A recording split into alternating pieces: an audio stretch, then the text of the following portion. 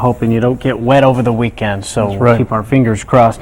We've talked about ways to attract butterflies to your flower garden. Did that not too long ago, but what about hummingbirds? Richard Weber from Springhouse Garden joins us with more. And people love hummingbirds, don't they? Oh, they do. Everybody's looking for cheap forms of entertainment. And if you can't afford to leave your house, you just get you plant some flowers, you get a hummingbird feeder, and you just sit out there and just watch the hummingbirds come and go. It's kind of, it doesn't get much cheaper than that. It's amazing to just watch them hover. Yeah. So how do you bring them in? Well, you got to first attract them with the color red. They're looking for anything that's red.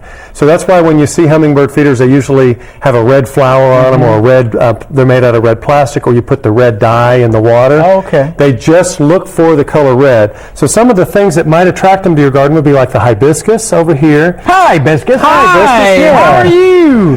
Cardinal flower, which is a wonderful butterfly attractant. That's the one that they were on. I was in a friend's backyard the other day, and they were just dive bombing the hummingbirds. The cardinal flower, yeah. It's called the cardinal flower because of the red, but they love that. And then if you have a wild area, this is a native vine that's a little too wild for most gardens. This is called trumpet vine. Now, why is it too wild? It suckers and spreads terribly. So if you've got one in a farm and you let it grow, I let mine grow up like old tree trunks and grow up, but that attracts hummingbirds. Plus, Lee, I'll show you this afterwards, but this is your cheap imitation of Freddy Krueger. You can put these old flowers on it. It's a flop back.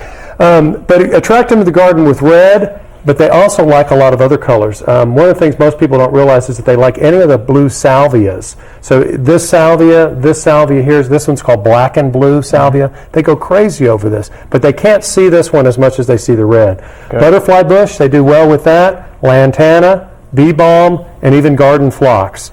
They're looking for flowers that are tubular in shape, so anything that's got like a long tube on it, the hummingbirds are attracted to that, and that gives them the nectar that they need. If you want more information, you can just call Springhouse Gardens, 859-224-1417. You can also log on to springhousegardens.com. It's just so cool to see the way they they're amazing creatures. They really are.